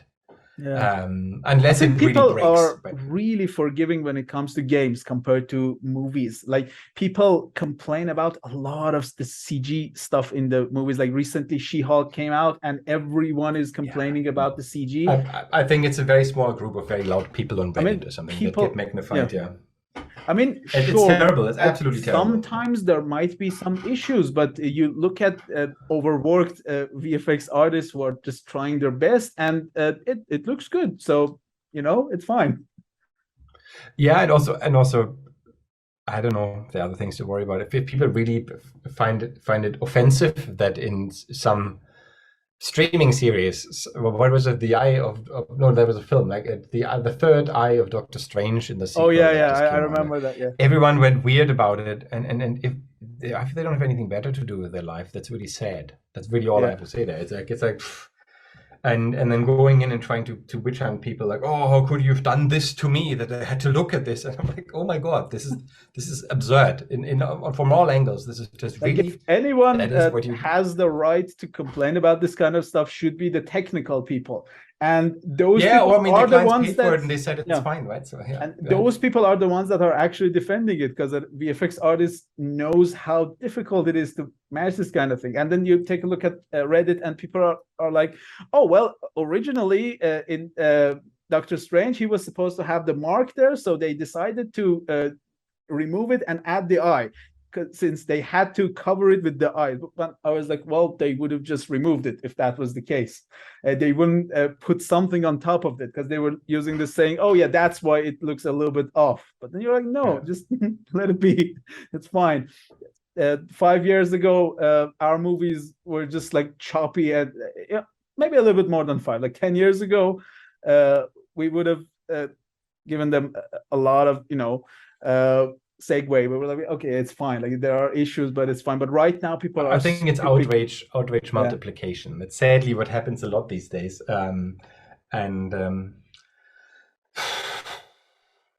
Yeah, I don't know. I don't have the time for that. It's just not. Yeah, I mean, when you look at how hard VFX artists have to work, and it's just quite difficult. Like I work on relatively smaller scenes, and like recently I finished a scene that was about like 30 seconds, and we did like it got super big at the end. We had, I think, 500 million polygons, which was just so much, and we had to switch to like weird workflows for the rendering, because we had so many plants in the scene. And the scene is already out. I'm not sure if I can still talk about it or not, but I think I can. I'm not going to mention it in case there are issues with the NDA, but we had so many plants, and solution was the Redshift proxies, and they get limited. You can't do physics on top of it. You can't really do like simulation. Sometimes these plants are gonna intersect, but you have a scene so big. And I'm an indie artist, so when you look at the movies, the scale is just so huge. So kind of people need to chill about that. All right, let's get back to our topic. we already covered a lot of the questions kind of together, but let's talk about artists that are trying to make the switch. So previously with Jeffy, we talked about artists that got into the movie industry, are working on film. So what's your suggestion for someone that's trying to make the jump to the gaming industry? Well, let's say as a VFX artist. Send me a LinkedIn message. That's what I'm suggesting. Because you're looking for people.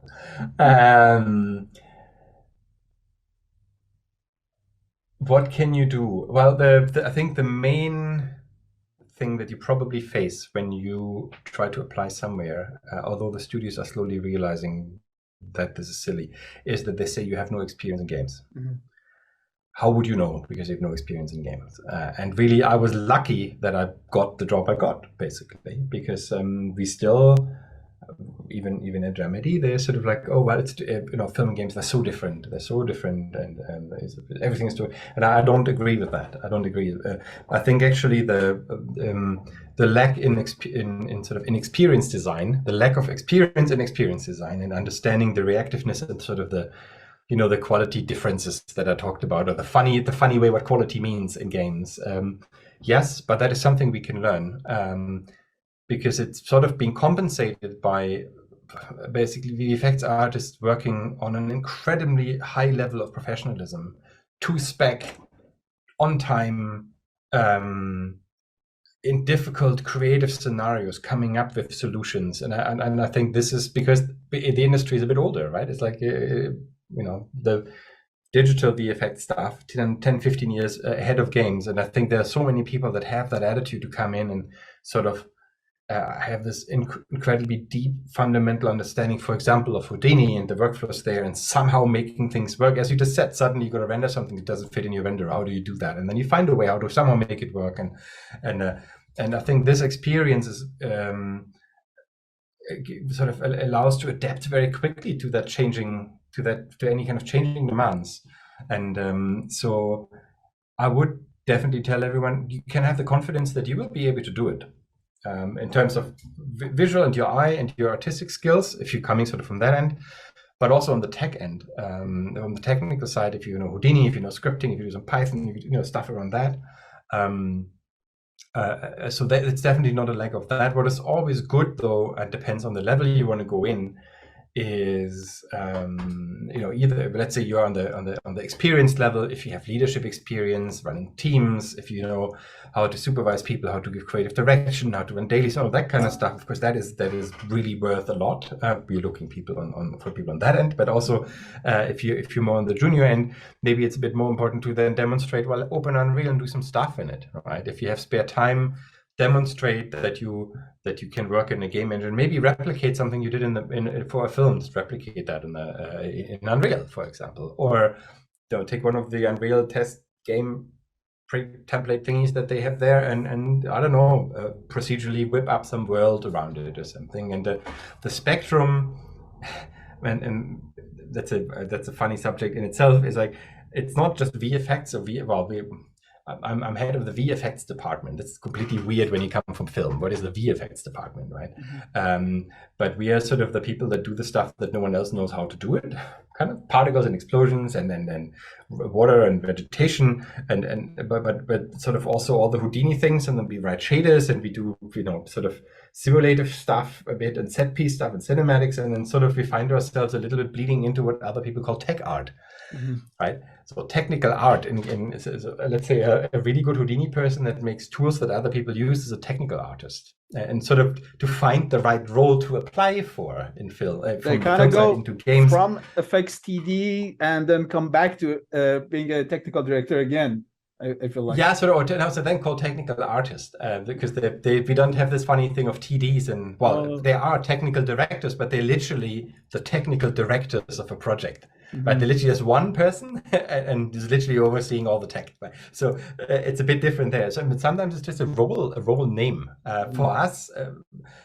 well, I'm heading the VFX officially, but I said the VFX, but it's actually VFX and tech art, because we do so many things that are actually tech art elsewhere, and I don't know how to split it, because we would have to cut people in half, because you can't split them, right? But we are in this transition, and I brought this up earlier. The things get more technical. The fidelity is rising. It's no longer just glue some particles here or something. It's no longer the old traditional sort of game VFX. It has much more to it, and the realm is much broader.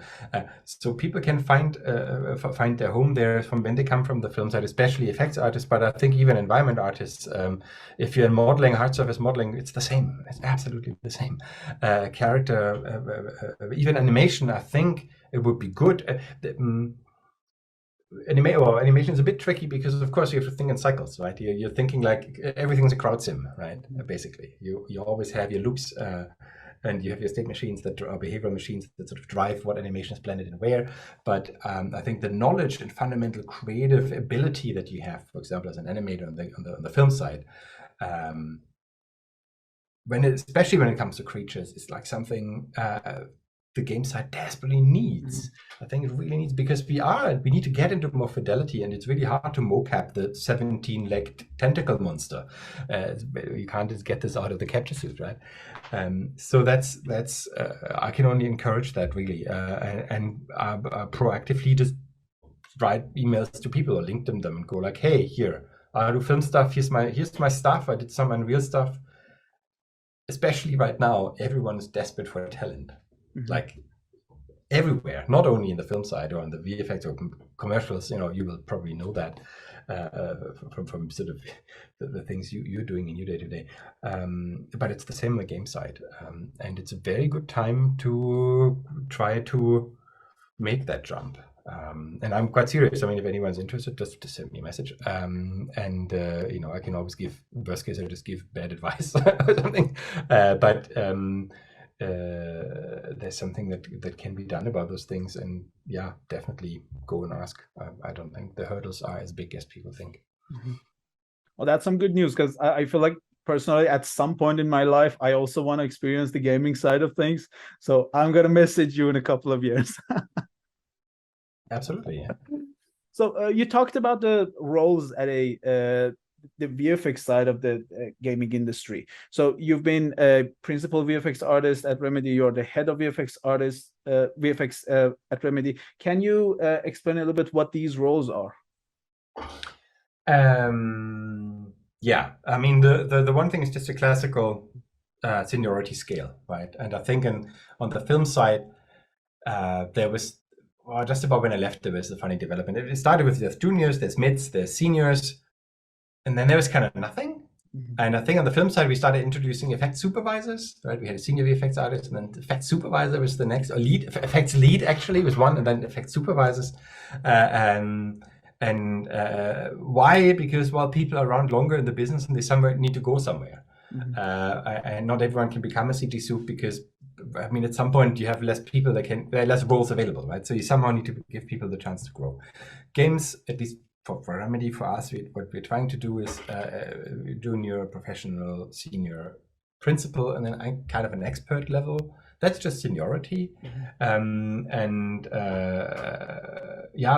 I came in as a principal artist, sort of, I don't know, a senior with a bit more experience or something. That was the level I joined the company. And then now in my role of leading the craft, that has also a lot to do with that Remedy is growing very fast, where we are changing from doing one project at a time, have changed already from doing one project at a time to do multiple projects at a time. 5 of them, actually. Of course, not all of them hot at the same time. They're staggered out a bit, and interleaved, etc. But a bit more like a film shop is run. You don't want to just have all your eggs in one basket. You don't want to make the one game and then you're like, didn't go down that well, and then you're done, right? So you want to be able to have multiple games at the same time to mitigate risks. And what that means is now suddenly, where everyone worked on the same project, you now need to work on multiple projects, and that needs to be coordinated. And we're doing this in a way where we have departments, as we do on the film side, right? And we have a VFX tech art department, and we look after that. We make sure that all the projects can run and do their stuff. And whatever they want to do creatively, we want to try to make it happen within all the constraints that are there financially, etc. And that is sort of my role, but I also at the same time lead the VFX team on Alan Wake 2, because we are 10 people only in total. So it's not I'm not, there's a bit of overlap in different things, and that means what a classic effects lead does. I introduced dailies. We didn't do dailies before, but I like to do dailies, and the usual briefs and developments, and give feedback to people, but also work on features. I do work on features for the game, which is quite exciting. Sometimes it's all a bit much to say that, but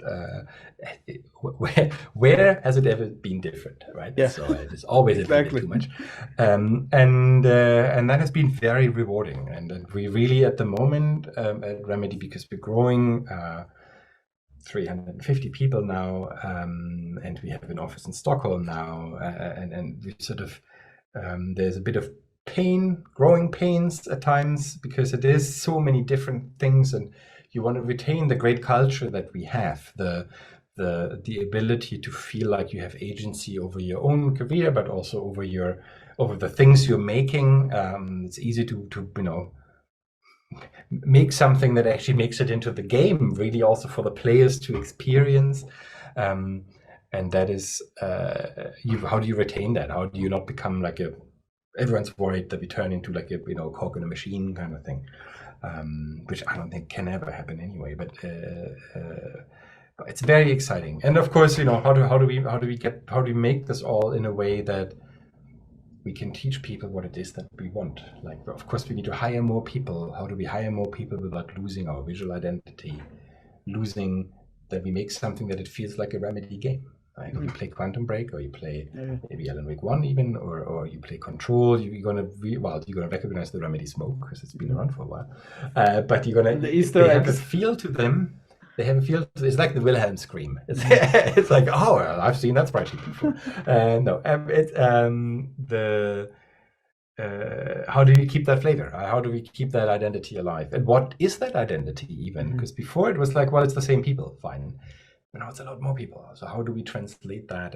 And that's a very interesting realm to be in. It's challenging at times. I have to admit that sometimes it's very, very hard. But that is a creative riddle to resolve, and it sometimes feels a bit like I'm slipping a bit into the production end, because a lot of it has to do with how long is a piece of string, how long does it take to make a thing, when you have no idea what the thing is supposed to be and what it's supposed to do and how it's supposed to look, but you need to be done in a certain amount of time, and that is maybe the essence on the film side, the same problem almost, but they found ways how to channel that a bit better, and it has a lot to do with respecting the art, and the art respecting the production realities. So the stories that Disney was talking about, that, right, for Frozen or something, there was a documentary I saw, and they talked about some ice palace not being lit in the way they wanted it, and everyone's like, yeah, we don't like it, but we only have until Friday 10 p.m. to fix it. And then they sat together and did stuff at Friday 10 p.m. It was done, because they knew after Friday 10 p.m. we can't do anything anymore. And getting this respect towards that this boundary exists, I think actually it would unleash creativity.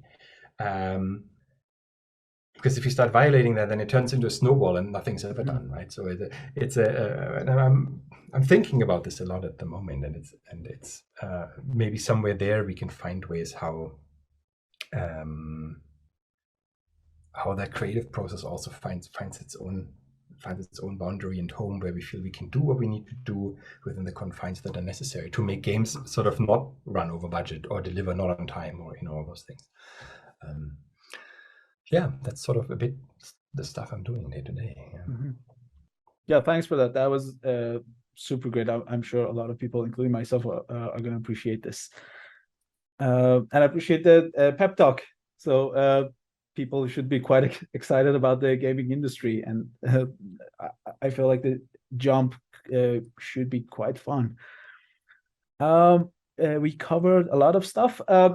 Two questions that I kind of want to combine together. We obviously talked about the role of Houdini in your work, but generally speaking about the gaming industry, how important is Houdini? And kind of expanding on that, do you use any other procedural tools? Because this channel is all about the proceduralism, so I kind of want to compare that.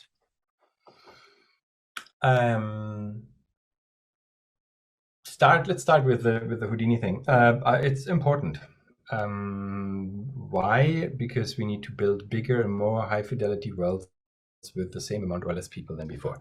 So we need to find ways how to create content reliably to a specific spec, which is tech specs often,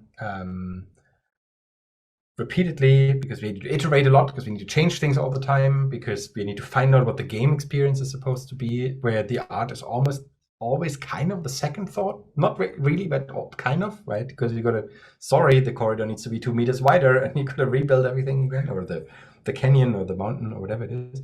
So, and for that, Houdini lends itself quite wonderfully, and it is not used as a deep drill expert level knowledge thing, where in film you go to someone, you have someone working in an effects department at some big shop, and they are like the flip guy or the flip gal, and they know everything about it. In games you do have a lot more generalist people. That's why we have all those labs notes and all that stuff. Apologies. It's used more and more and more. Side Effects has recognized that this is a big market. It's so much bigger than the film market, the whole games world. And they're trying to tool up for that. Houdini is expensive, though. I mean, when we're talking about other procedural tools, going to the second question, I'm going to probably mix it up a bit anyway. Blender, like geometry node stuff that they're doing now, aims a bit in that direction. And some people are a big fan of that. There's a lot of like, oh, but I like it, and that's why I want to use it. But clearly has a justification. It's free, right? So that's great. Problem is it's really hard to integrate into pipelines because there is none, and you don't know if it's going to be the same tomorrow. And like so I think there are challenges in that. Of course, we use Substance for materials and stuff, but generally, when you say anything procedural counts, but well, our entire distraction system technically is procedural. Proceduralism is a rule-based system. Take a thing, apply a rule, something happens, right? And so almost all the systemic developments that we're making are actually procedural systems in themselves. And that's where all those tools slot in really nicely, where of course we want to make decals of holes in the wall, preferably either, I've done them actually in Houdini by simming things and rendering them actually 3D, but you can also do them in Substance and like bullet holes in different materials and all that, because they become repeatable. And they become repeatable in a way, let's say in 5 years time, you want to remaster the game, we need everything as twice the rest, right? You want to be able to do that, for example. And so yeah, that's plays a big role. Don't know if that answered both, but yes, Houdini is important. It's definitely important, and it's I feel almost for us, I feel it's still almost in its infancy. We're not using it enough, but there are shops out there. If you look at Ubisoft, they are running tight for generating a lot of their stuff, very, very elaborate systems, because somehow those big open worlds need to be generated, right? Yeah, that definitely answers the question about Houdini. Speaking about, because you mentioned Blender, and I also have it in here. Has it been gotten to that level, especially like the geometry nodes? Have they reached that level where they could be integrated to the pipeline, or do you think there still needs to be some time spent? I've actually no idea. I've never used them. I see videos. People are really excited. Well, if you can export it as a mesh afterwards, of course we can. Right? I did a lot of pipeline and infrastructure thinking in my past, managing HDAs and operators and that kind of stuff, and versioning them and making sure you can open a file from 3 years ago and it still opens. And this is where my worries lie, right? And okay, you have Blender, someone made a file. That's game true. Projects are running for a long time. So 3 years from now, I'm going to go like, damn, I'm going to regenerate this plant, something that I made there. Can I do that reliably? And can I share those operators with other? I don't know if you can. Maybe you can. Can I share them? Can I version them? Side Effects even just recently. I mean, not 0.5, but 19. I think they started having actually this whole versioning of HDAs as a thing. Really helpful. Extremely. It's amazing. Helpful. But actually, we've written our own system before that already. And Framestore, we had done the same thing because you need to be able to do that. Because I want to be able to open a file at an older No change in HDA is the same version. It always has to be a new version, right? Yeah. And that kind of stuff, I'm a bit worried about. Does it even hold? But if someone wants to build something in Blender and they export it as a mesh and then it goes through the pipeline by importing it in whatever other tool, absolutely. And I see there is definitely big future in it. I hope maybe it gets adapted more by the studios, that they actually sort of start shaping it a bit more as well. Right. So, I don't know, the big shops in the world spend a bit of money and time on actually, but maybe they do already, but sort of really integrating those production pipeline workflow needs that are sometimes even more important than we have a fancy node that does a thing or something, right? It's sort of how do I make it run reliably? That's why Maya is still around, because it's this weird, I don't know, it's like this Too really integrated. old school, everything's analog kind of thing. Wires and cables, but it's sort of just solidly there, painful in many ways, but somehow it's just so well integrated in so many pipelines that it's almost impossible to take it out, because everything is circling around it, right? Yeah, definitely. But I mean, go Blender. I'm not opposed to it. I sadly have not the time to play with it more. I would. Oh yeah, be interested same on my end. My experience with Blender has been limited to the donut tutorial, which is like that famous donut thing. But I guess that's kind of part of the issue when it comes to, for example, Blender. I don't want to make anyone upset if they love Blender. It's a great software, but since it's constantly changing, I mean, I was following the news, and I think recently they changed some stuff in their geometry nodes, since they keep updating it. So that might become a problem when it goes to the pipeline, I guess, since things are just constantly changing, and you might not have the node that you used for generating the first iteration. But besides that, I feel like personally there's going to be a very bright future for Blender, since it's kind of combining everything together. Absolutely. As far as I know, if they invent a Yeah, principle like what Unity does now, like the LT is the long-term support. If they go like, okay, this version we can guarantee for the next 5 years will be sort of bug fixed where it happens, but it's there, right? I don't know if they do that already, but I think you need safety in terms of planning for your production. Yeah, their production seems pretty reliable. Like they've been kind of updating everything. I feel like. I mean, I don't really follow it, that closely, but it does seem like they have a pretty good support. And I mean, it's based on a great community that's super passionate. So their community always is fixing things. I've seen the same thing with side effects, but I haven't seen anything like that, for example, when it comes to Maya, because the community is not really that, let's say, generous. The side effects community is always fixing things. Like you can join all these different, let's say, Discord servers, and people are constantly answering things, which is super cool, I think. Oh, last round. Yeah. Okay, I'm recording as well. Perfect. What happened to your Midjourney thing? Oh yeah, actually, let me show you. It's actually not that cool, if I'm being honest. I'm kind of disappointed, but can I send it in the chat? I think I can. Let me save it. I think you can just drag it, in the chat. Oh yeah. Let me save it real quick. Okay. So what is it? It should be coming through in a couple of seconds, hopefully. The slow internet on my end. It's like 300 kilobytes. Okay, it's all right. I feel like it could have been better. I mean, it's fine, but maybe too much globy. I was expecting more 80s.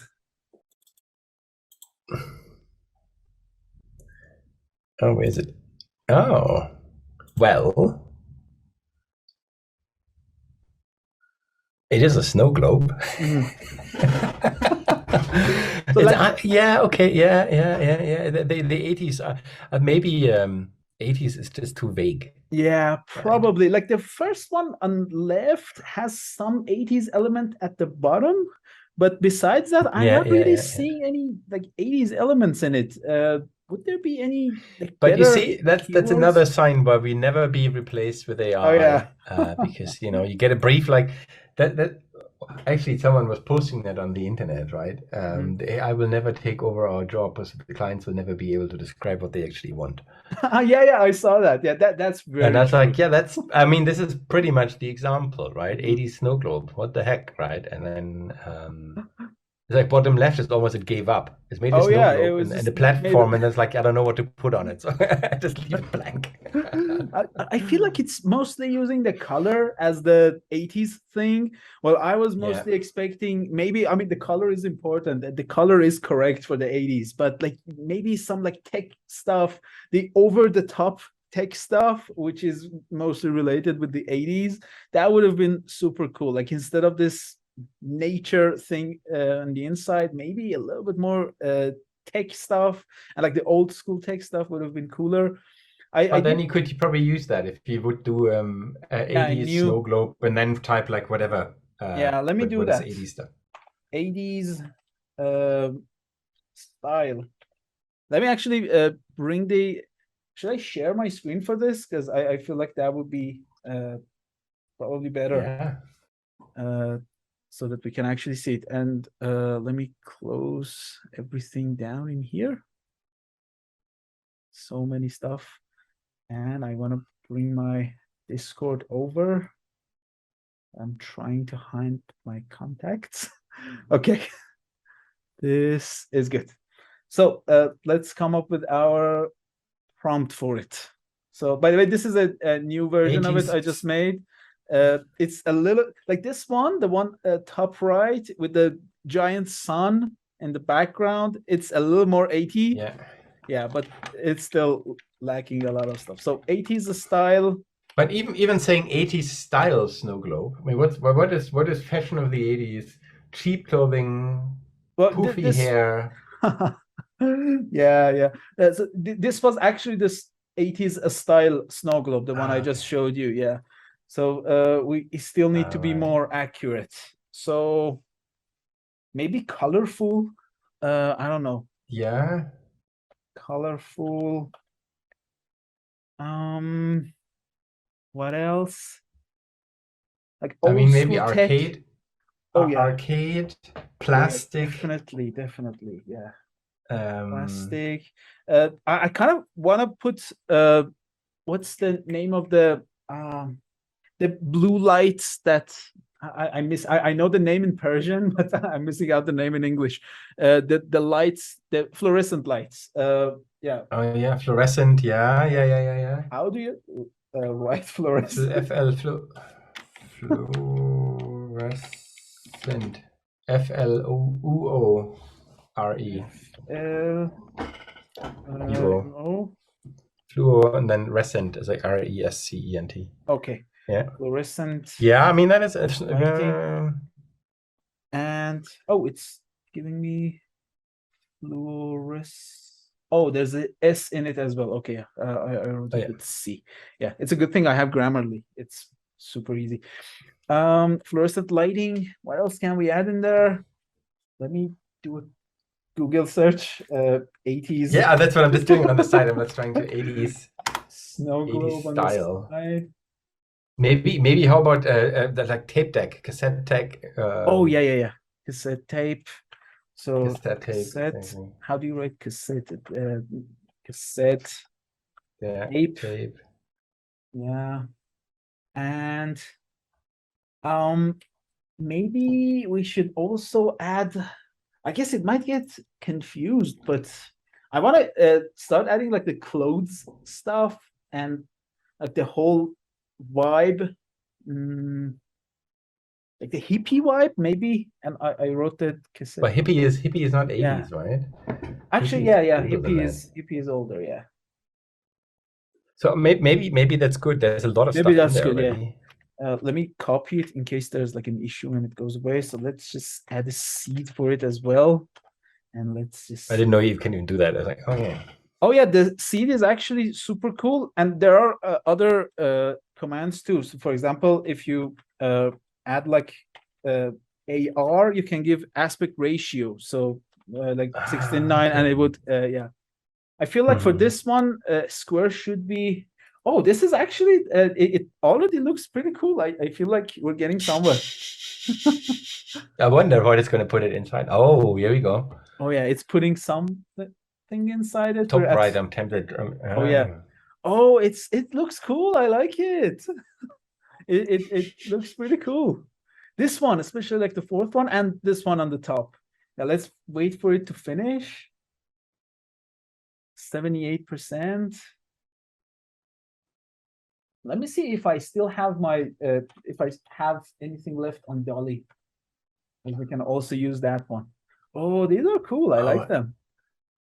Top right is yeah. Oh, look at this I one. think they all are actually, but yeah, even bottom left. That is super nice, actually. I like it. I actually want to see like these three, maybe like all of them. Let's just let it upscale all of them. Yeah. I can bring Dolly to test it out super fast. I have some stuff left on Dolly. We could try the same thing here. So what's our thing? So let me just copy this. Just paste it. Yeah. Let's just see if it will give us anything cool.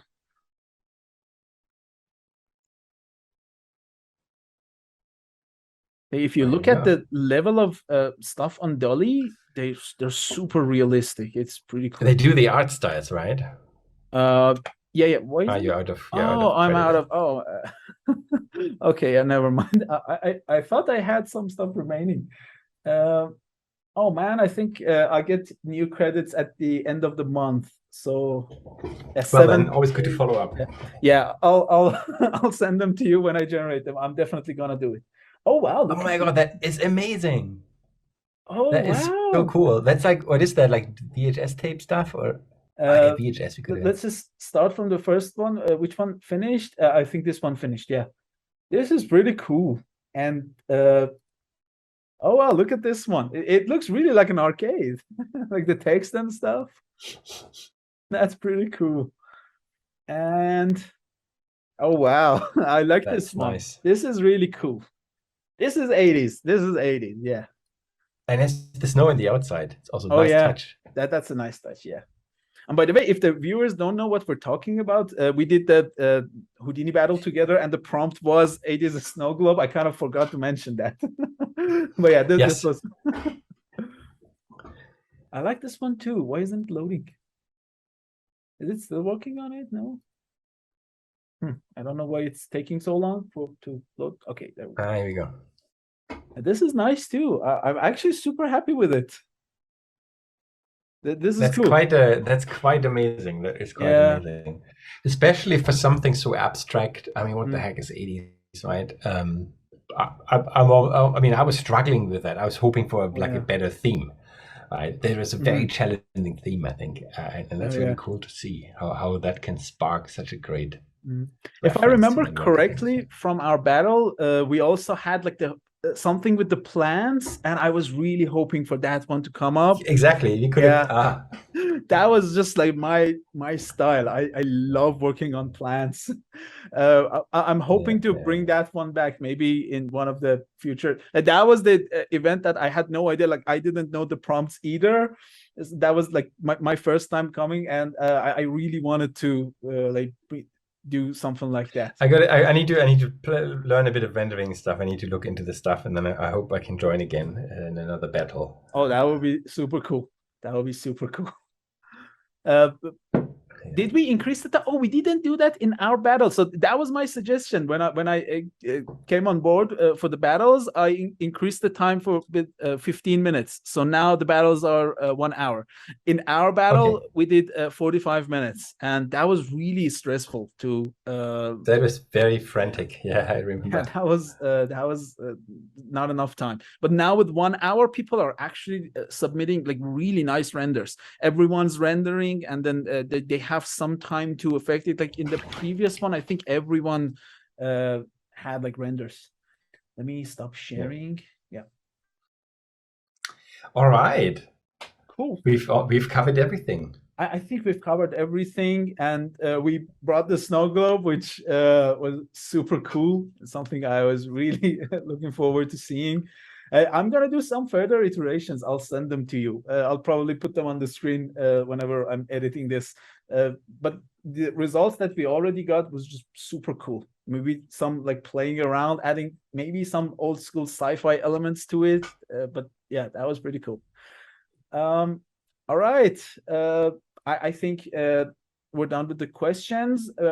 Any final thoughts? Anything you want to discuss about like the general industry, your approach to it, that sort of thing, to wrap up everything? Oh my God. I don't think I'm setting a trend or direction here, or I can be of great inspiration. But I think we should keep at it.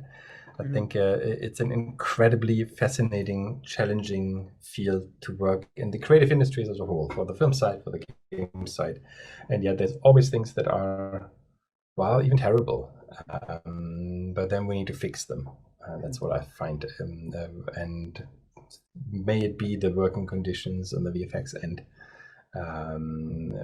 for individual workers there, but also sort of overall, how do we approach creative processes and sort of have a good time solving. I mean, we have they have the best job in the world, right? I mean, I'm going to work and make video games.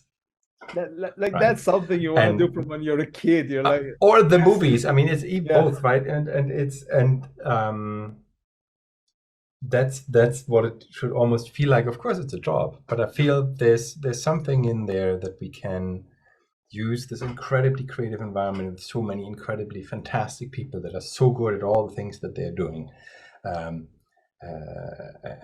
yeah, we keep chiseling away at the incredible complexity of all the problems that we need to be solving by going new routes, new ways, trying to figure out how can we progress, how can we evolve? Because I don't think the answer to future's problems is yesterday's solutions. It's something that we haven't thought of yet. So we need to think a bit and then do that and try. And if it doesn't work, let's iterate. Let's do the next thing. Let's try it better the next time, and keep learning and keep inspiring each other. And yeah, I'll see where we end up. Really. Yeah, hopefully I'm excited to be somewhere on that path. And, yeah, that sounds great. Thank you so much, Johannes, for this meeting. I had a lot of fun. Thank you. That was amazing. I'm so happy that I could join you. For this, it's always a lot of fun when our paths cross. I hope we do something similar to this in the future as well. Anytime. Just hook me up. Awesome. All right. Thank you so much.